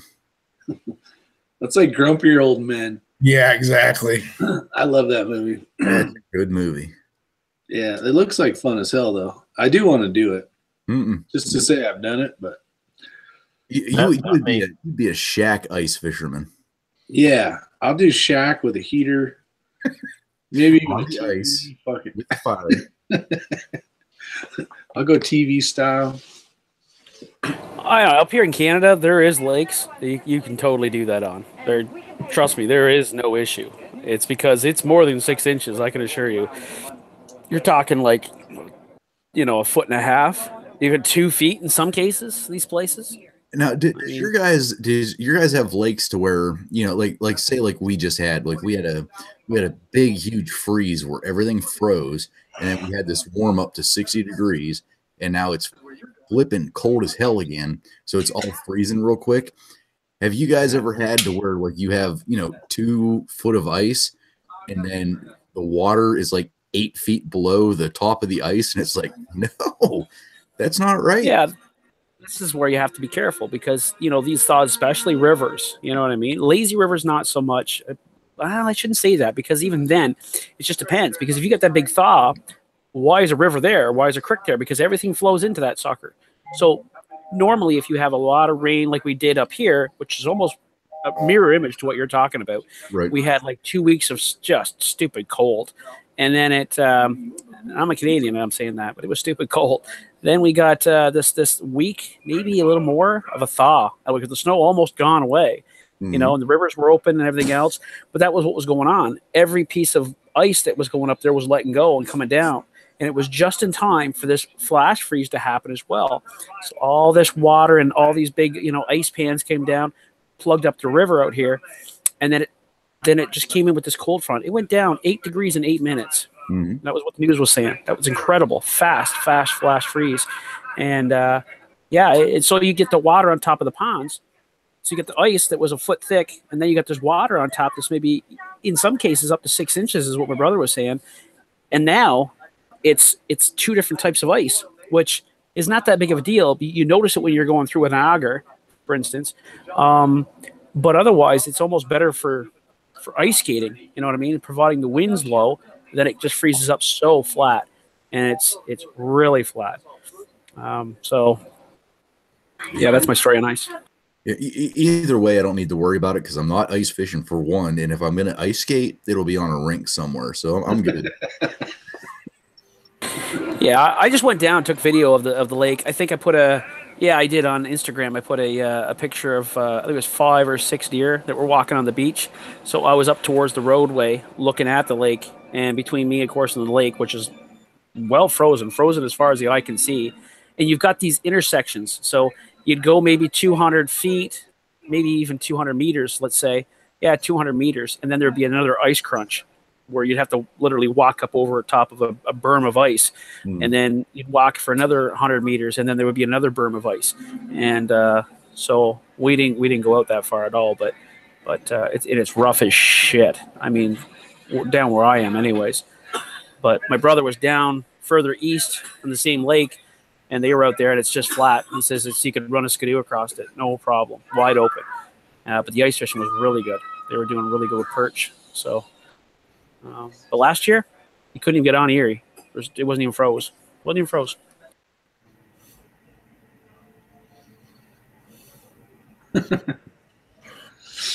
Global warming. Talking about ice skating, shit, it feels like that around here. Yeah, the guys on my lake were out there today. They punched. It was almost 55 degrees here Thursday, and they were out there punching holes in the ice today to flood for ice rinks, and it was 18 inches thick still. Damn. Yeah, They drill the hole so the fresh water, or not the new water, comes up. Yeah, they punch a hole in the ice and hook a trash pump up to it, and then pump the water out and flood the rink. Oh, okay. Oh, the rinks on land. No, the rink's on the No. Yeah, rinks on the lake or the pond. But they do it at the parks and stuff up here in Canada. They'll do the exact same thing. And Yeah, fire isn't it already department. frozen? It is, but resurfaces it. Yeah, tomorrow it'll be good to go. Get the Zamboni out there, shit. Hey man, it's Canada up here. Don't Doesn't count everybody have a Zamboni? Don't you drive those to Walmart and shit? that depends. Where are you at in Michigan? Are you like as far as say Detroit? I'm 40 minutes north of Detroit, so pretty close to Windsor. Okay, so you're further north and literally north in the continent than I am. So, My wife's from Ottawa. I imported her.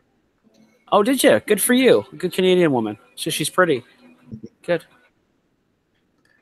Yeah. I get up there. I get up there every now and then to visit relatives. It's a cool area. Oh, it is. It's nice. It's not much different. Our advertisements on the highways for truck stops and stuff, our signs ain't as high. It's the same thing, pretty much. It's not a major difference. Oh, and our radio's cleaner. Our radio's a lot cleaner too. So you can listen. It is good listening, quality family listening, instead of that. Do you advertise your lot lizards up there? No, we don't advertise ice cream or lot lizards, nothing like that in our little rest areas. There's clean rest areas.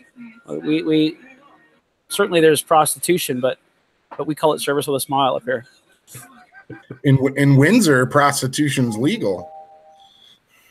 I shouldn't say that. It is actually prostitution. There's a case that actually came in. So prostitution is not.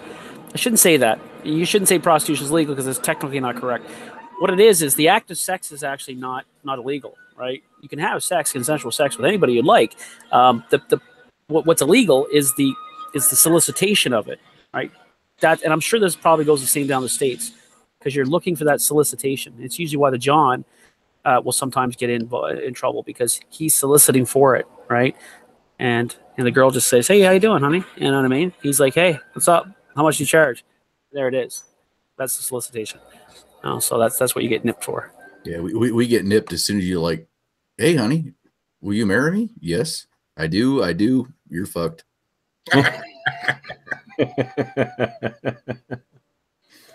It's around. They call it escort services around here. You pay for a date. Yeah, you pay for a date. Yeah. If she decides to have sex with you, you just got lucky. So. Yeah. You got lucky. You had money in your pocket. The government's missing the boat. They should be making prostitution legal, internet gambling. That's going to come right after medical marijuana is throughout the state. Medical marijuana, online gambling, prostitution, it should all be legal and taxed. We'd have no national debt. That is a true fact. It's about the only thing you could hope for, I guess, in that national debt. I mean, hey, we're working way through it. Canada-wide, everybody's included in it, not just few states here, few states there. No, everybody's included in it. They all get to make their own rules in each province, but it's certainly come June, July this year, it'll be recreationally legal. So an individual will be able to grow 4 plants in their backyard or 4 plants in the house. You can only have that much in possession, and so everybody will have it. However, the only people that'll be allowed to sell it here in Ontario is not the LCBO, which was our liquor control board that sells your alcohol. It's the only place you can buy alcohol besides wine. Wine doesn't count, but beer stores. The only place you can buy beer is in a beer store, and then again, the marijuana will be the same way. It'll be a marijuana store, government controlled, so it'll be the same thing.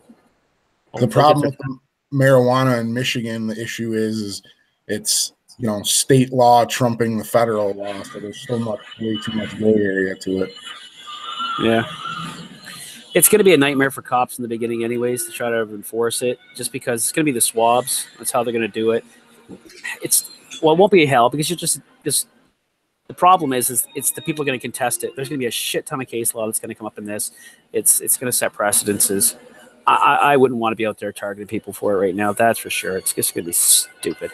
All right, let's get serious for a moment. Yeah, 2 moments.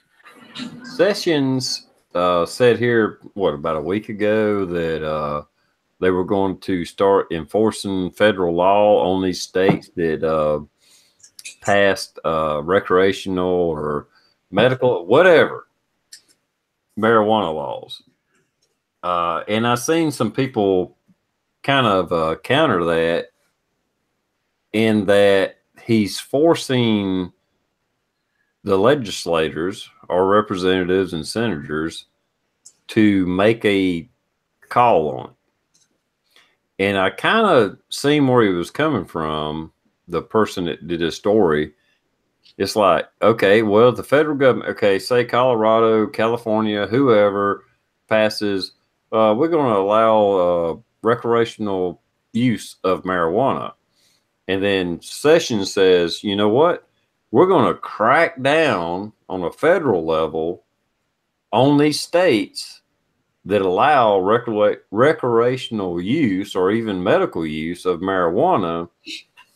And I've seen all these people just raising hell saying, oh, it don't do this. That's wrong. That's fucked up that he's going after that. But, well, the bottom line is it is federal law. So, in effect, I think I said this here the other day, he is forcing the hand of the representatives and of the senators to make a call on it. They can pass a law saying it's legal. They can exclude it from the federal laws that make it a, whatever it is, class 1, class 4. I don't know. But if they make a decision on it, just like Trump's trying to do with DACA, he's like, okay, I'm not going to pass this. I'm not going to renew it. It's up to Congress to do something about it. It's not my decision to make. But as long as it's the law, I'm going to enforce this law, whether it's DACA or marijuana or whatever. I think it could turn out to be a good move because under the Trump administration and with Sessions, you would have a Republican president that ended up making marijuana legal because you forced the hand of the lame duck fucking representatives and senators who sit on their ass and don't pass anything but try to project that they're trying to do all this stuff for us. For me, I think marijuana should be legal, but at the same time, I really don't give a shit either way. But if all these states are passing these laws and saying, oh, we're going to make it legal, and Sessions to turn around and say, hey, we're going to enforce federal law and we're going to go after these people, these states, they're forcing the hand of our government to make a decision. And that's the biggest problem we have is our government won't make a decision and won't pass laws one way or the other. What do you guys think? Yeah, you're right on. That's the way it is in our state right now too, is they don't, the state is saying, yeah, it's good to go, but they're also saying at the same time, if the feds, bust you, you're still screwed. Yeah, well, that's going to change. I mean, that's going to change for each state. It's given enough time, given enough pressures, given enough financial woes, they're going to jump on the bandwagon. Look, and I'm not saying this is, a love for law enforcement officers or anything that's the law. But I'm saying is that it's a win-win. You know what I mean, for the government. It really is, because first off, it's going to infringe a little bit more of your rights, right? There's one other reason now they can pull you over and definitively say to you, hey, I suspect, I have reasonable probable grounds to believe, and go ahead and infringe a little bit more, right? Another way of taking your vehicle, another way of taking your money, taking your freedom potentially, but also masked by the understanding that they're giving you a gift. especially as Canadians, right? Because we are all about medical marijuana, all about marijuana, really. You know, everybody's heard about Canadian Big Bud, right? But so it is bound to happen. You can't keep fighting it. They're putting too much resources into it. They've gotten to the point now where, Jesus, I mean, everybody, half the people you'd stop, half the people you put in cuffs would have weed in their pocket. So it's like, you know, and 70 to 90% would have a knife in their pocket, at least. So it's like, why even have any laws on it? You know, they might as well jump on the bandwagon, collect the revenue, and to have a little bit more control over the people. You know, somebody had said out on the outside, I think a man had said it, you know, just another way to take the guns. They could put that as a clause, right? If you're on medical marijuana, if you consume marijuana, you now can't carry your firearm. You know what I mean? Yeah. They'll say, oh, you can have it, you just can't carry it now. Right? And just like what you just touched on, Pennsylvania, we're in that exact same loophole to where we just approved medical marijuana. However, if you sign up for medical marijuana and you receive medical marijuana, you will never be able to purchase another gun ever, as the way the law stands right now. Right. Now that, again, that could change with enough pressures put on and stuff like that. But it could be a major interruption. It could be in cahoots with gun manufacturers in the long run. Who knows? Just to have people saying before this law gets passed, everybody starts going out and buying guns because they know, oh, I'm going to still smoke it. So, and, you know, the way, here's the way I look at it. If I have a disability, if I have a disease, you have one, it sounds like, to where I can't walk, talk, I'm always having tremors, seizures, something like that. The thing farthest from my mind is probably owning a gun. If I can get rid of that, tremors, shakes, whatever, through medical marijuana, then maybe I will fight for my, you know, my right to have a gun.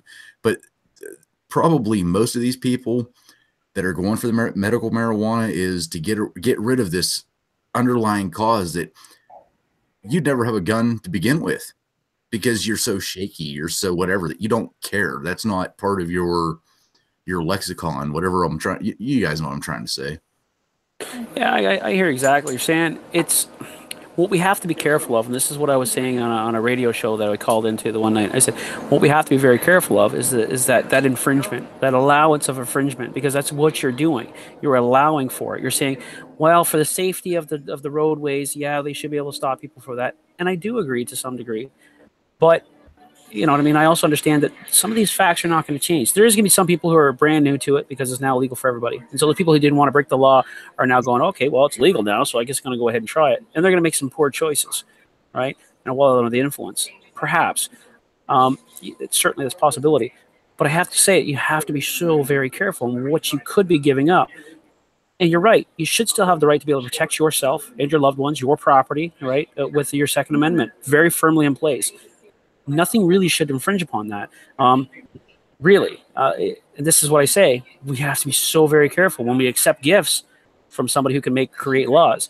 And, you know, that somebody is locked very firmly in your Constitution, which I'll reiterate again, you know, which to me, I say that there's the problem.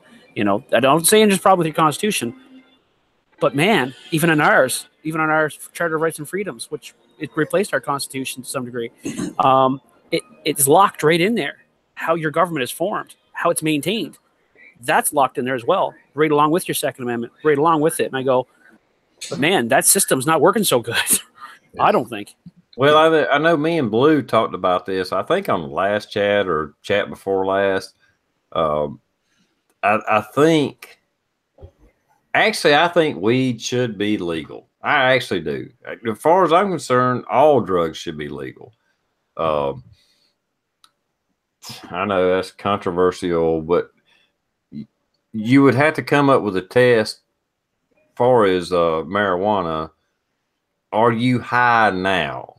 Mm-hmm. As far as I know of, like as far as employment, they just test if it's in your bloodstream, and it stays in your bloodstream for 30, 45 days or whatever it is.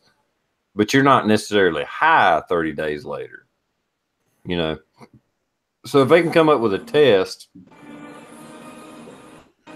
that would determine that you're high now, I get that they could get you for under the influence driving.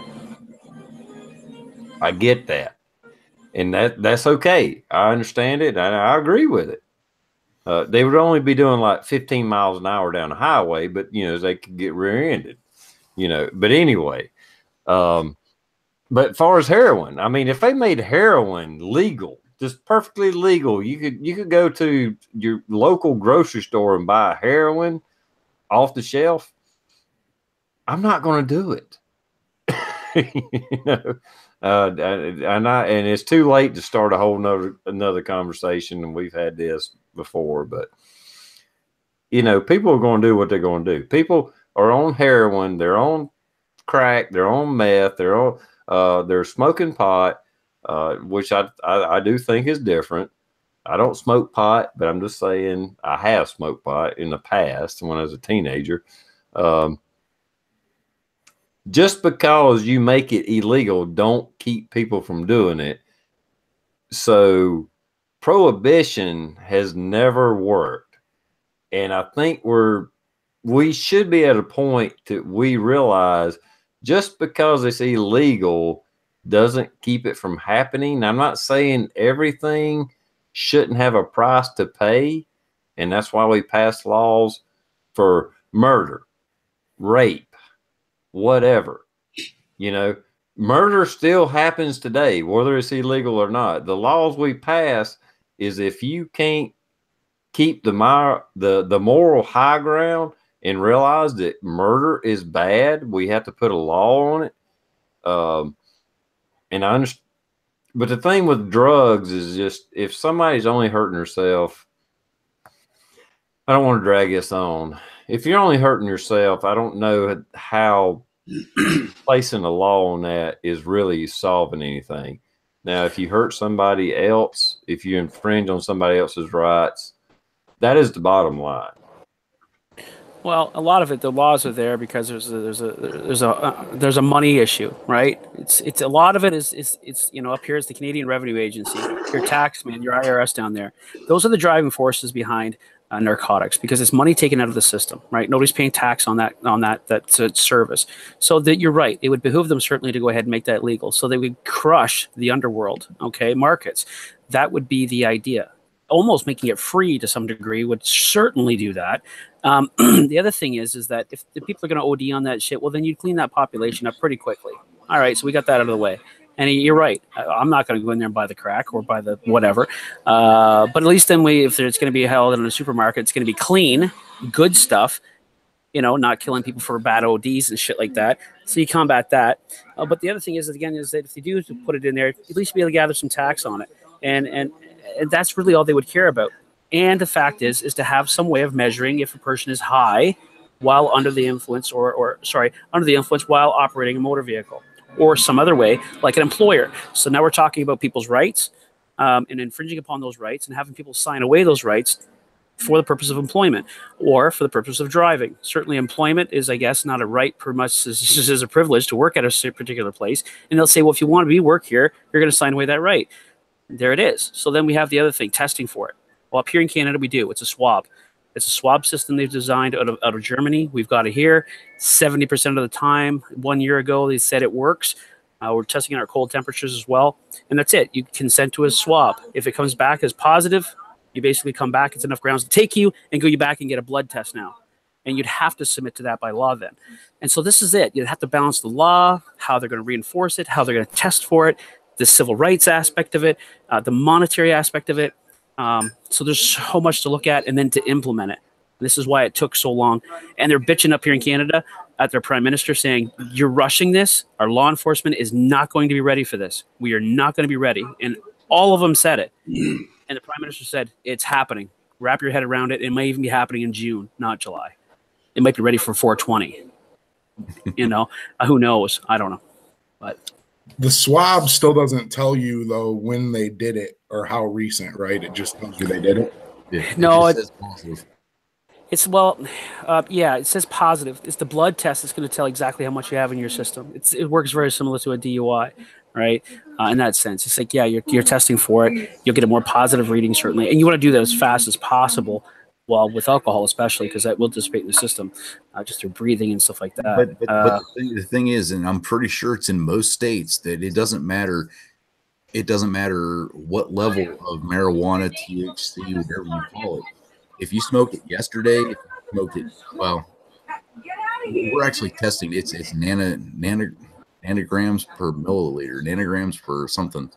But it's so down to, I mean, it's very minute traces, and the way the laws are put, you can't have any in your system, so you're screwed for driving. Yeah, it's not wrote that way. Same testing theory here, certainly, but it's what the safe bet is that you smoke it, traditionally smoke it, not vaporize it, but smoke it. They say it's 4 hours. After 4 hours, you'd be permitted to drive a car, is what they suggest. A normal sized cigarette joint, if you would, of cannabis. Beyond that, you're and this is where it's a problem, because this is why they want people to not use any of the legal dispensaries, because the illegal dispensaries can give you something that's actually more than what's actually allowed. 30% THC content in any product without Canada is the legal limit by Health Canada. That you can't have anything more than that production-wise. But there's people out there privately producing stuff that's 90%, extracted oils, and that's so you get that in your system. That might be 8 hours. And this is where the big problem is. This is what I said, when it gets to court, it's going to be just a shit show. Shit show. All right. Let's go ahead and wrap this up. And I almost kind of like to end it, that we were really serious, talking about some real issues, and that gives us all a reason to come back and continue the conversation. So we're just going to tease you all. Anyway, now it's been about 2 hours. I like to cut them off 2 hours, and I'm gonna let these guys do an outro. And if you like what you hear, come back and we'll do some more. We'll goof off and we'll get serious at the same time. So I like it. Luke is informed state of mind. Let me get it out. I'm tongue-tied. Excuse me. No, it's an informed state of mind. Luke Banner here. Pleasure to be on the show tonight, TR. It was a fantastic show. Even better panel out there. Like I said, a lot of great comments. Certainly a lot of fun we had here tonight, and some serious topics to boot. Now we know that we will also be watching Is Your Six Covered, because he's going to have some sweet videos coming up real shortly, and maybe some sweet contests. So you'll want to pay attention to that. But like I said, panel, fantastic sitting with you this evening. Time always well spent. And like I said, thanks for letting a Canadian have a viewpoint in your vast world of the United States. Thanks very much. Anytime, man. Anytime. Bad Billy, would you like to do an outro, man? Sure. Thanks for having me on. Awesome panel. Awesome external tonight. It was lots of fun. Luke, it was great to meet you. I will certainly go and sub your channel. And that's it. All right, appreciate it, man. Blue, would you like to say anything? I'm just glad there's somebody paler than me on the panel. It's about time. Did you say balder than you? No. Just a little grayer or whiter, paler. I don't know the way to put it, but you guys always used to make fun of me whenever I use my webcam off the computer. So it's good to see somebody else has the same struggle. But no, thanks for the invite. You guys out in the external kicked ass as always. Real quick, check out EMT Railfan. I'm not going to get into the specifics, but he's got a great giveaway for just making a VR. You could get nationwide coverage of your YouTube channel if you happen to win. That's all it takes. Do a VR. It's real quick. TR, thanks. Rick, Bad Billy, and the Canadian, which I can't remember right now. Have a good one. Cheers. All right. Is Your Six covered? You want to do an outro right quick, man?